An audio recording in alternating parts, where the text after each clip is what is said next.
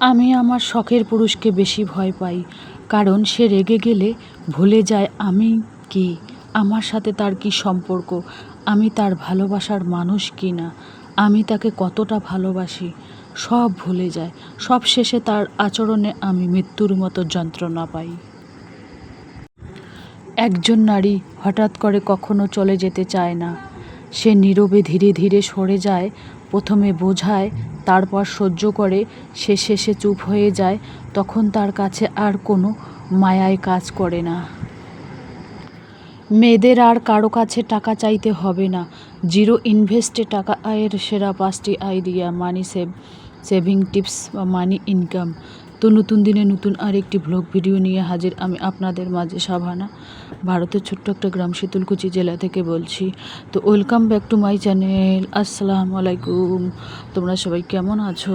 আমি আশা করি তোমরা সকলেই ভালো আছো। আলহামদুলিল্লাহ আমিও ভালো আছি, আর আমার পরিবার পরিজনদের নিয়ে আলহামদুলিল্লাহ আমি ভালোই আছি। আর আমার প্রাণপ্রিয় কলিজা আপু ভাইয়ারা, তোমরা সবাই কেমন আছো? আমি আশা করি তোমরা সকলে ভালো আছো। তো বরাবরের মতো না, ব্লগটা আমি বিকাল থেকেই শুরু করে দিলাম। সময়ের অভাবে দিনের ব্লগ তোমাদের কাছে শেয়ার করতে পারি না, তো যতটুকুই পারি দিনের ব্লগ শেয়ার করার চেষ্টা করি। মেয়েদের আর কারো কাছে টাকা চাইতে হবে না। জিরো ইনভেস্টে টাকা আয়ের সেরা 5টি আইডিয়া আর মানি ইনকাম, সেই ব্লগটাই আজকে তোমাদের কাছে আমি শেয়ার করব। আমার ব্লগ যেহেতু প্রত্যেকদিন বিকাল 4টায় আসে, আমার ব্লগের কোনো না কোনো অংশে ভালো লাগলে সাবস্ক্রাইব করে পাশে থাকবেন। তো চলো ব্লগটা দেখতেই থাকো, আশা করি খুবই ভালোই লাগবে। দুই দিন থেকে তো টানা গরম হচ্ছিল, তারপরে আজকে আবার হঠাৎ করে বৃষ্টি হলে কিন্তু আমার অ্যালার্জিগুলোর খুবই উপকার হয়, মানে অ্যালার্জিটা ভাসে না। আর বৃষ্টি হলে আমার ঠান্ডা হলেই অ্যালার্জিটা মানে ডুবে যায়, আবার রোদ উঠলে আবার অ্যালার্জিটা বাড়ে, সেই জন্য আমার পক্ষে বৃষ্টিটাই ভালো। মেয়েদের আর কারো কাছে টাকা চাইতে হবে না। জিরো ইনভেস্টে টাকা আয়ের সেরা 5টি আইডিয়া তোমাদের বলছি। তো মন দিয়ে শোনো, আমার প্রত্যেকটা ব্লকে যদি মন দিয়ে শোনো তাহলে কিছু না কিছু তোমাদের উপকারে আসবে। জিরো ইনভেস্টে তুমি চাইলে কোনো টাকা হাতে না নিয়েই এই পাঁচটি বিজনেস আইডিয়া ফলো করতে পারো। 1 নম্বর হচ্ছে মুরগি। তুমি তোমার কোনো আত্মীয় স্বজনের কাছ থেকে 2টো মুরগি যদি এমনি হাওলাত নিয়ে আসো যে আমাকে 2টো একটা মুরগি দাও, তাহলে কিন্তু দিয়ে দেবে, যে বাচ্চা টাচ্চা হবে তারপরে আমি তোমাকে দিয়ে যাব। তো অনায়াসে কোনো মেহমান তোমাদের 2টো মুরগি দিয়ে যাবে। ওটা 1 নম্বর ব্যবসা, দেশি মুরগির ব্যবসা। 2 নম্বর হচ্ছে তুমি টিউশনি করাতে পারো বিনা ইনভেস্টে। এখানে কোনো টাকা ইনভেস্ট করতে হবে না। তুমি বাড়ি কাজ সামলে বাড়িতে 2-3টে ব্যাচ পড়াতে পারো, এটাও কিন্তু জিরো ইনভেস্টে। 2 নম্বর। 3 নম্বর হচ্ছে মশলার ব্যবসা তুমি জিরো ইনভেস্টে করতে পারো।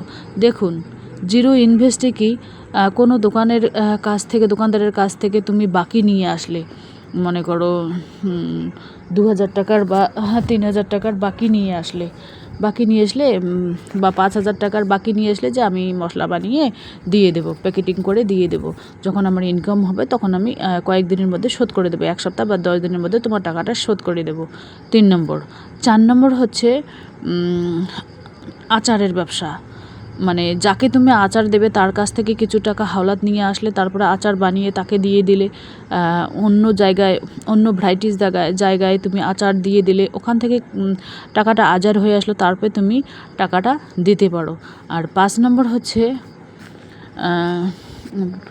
নম্বর হচ্ছে কবুতর পালন করতে পারো। কবুতরের বাচ্চা বিক্রি করে কিন্তু খুব সুন্দরভাবে টাকা ইনকাম করতে পারো। কবুতর কিভাবে কিনবে, ওই কোনো না কোনো মেহমানের বাসায় যাবে, ওখান থেকে এক জোড়া নিয়ে আসবে, যে আমিও বাড়িতে লাগাবো, আমার কাছে তো বর্তমান টাকা নেই, তো দিয়ে দাও, আমি পালন পোষণ করে যখন আমার টাকা হয়ে যাবে তখন দিয়ে যাব।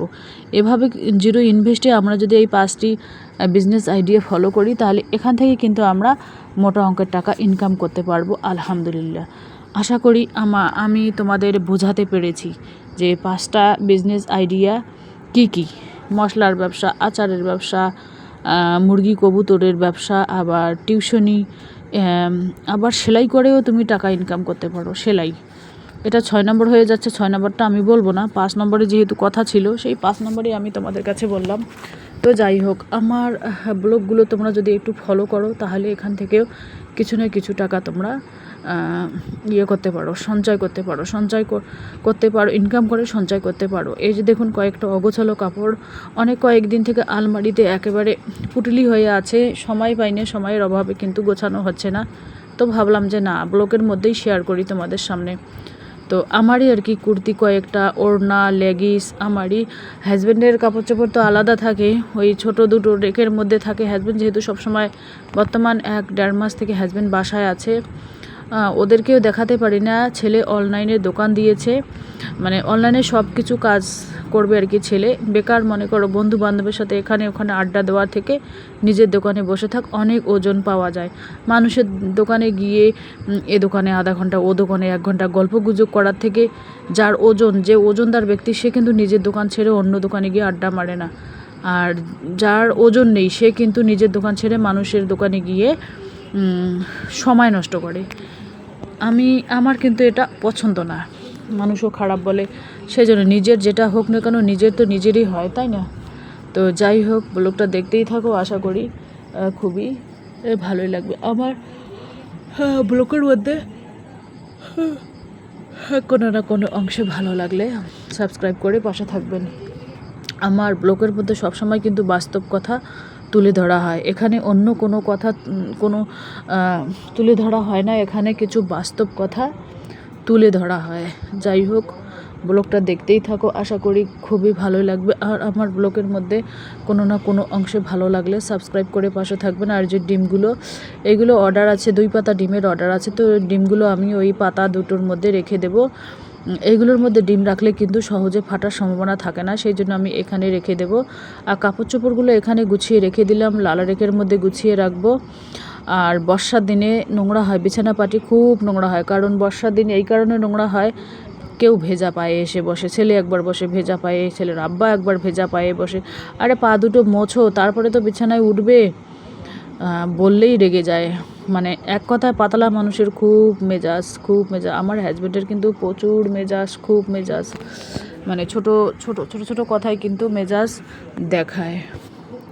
তো যাই হোক, মোটা মানুষের ইমিউনিটি পাওয়ার বেশি, সেই জন্য মোটা মানুষ বেশি মেজাজ দেখায় না। পাতলা মানুষের ইমিউনিটি পাওয়ার কম, সেই জন্য কিন্তু মেজাজ দেখায়।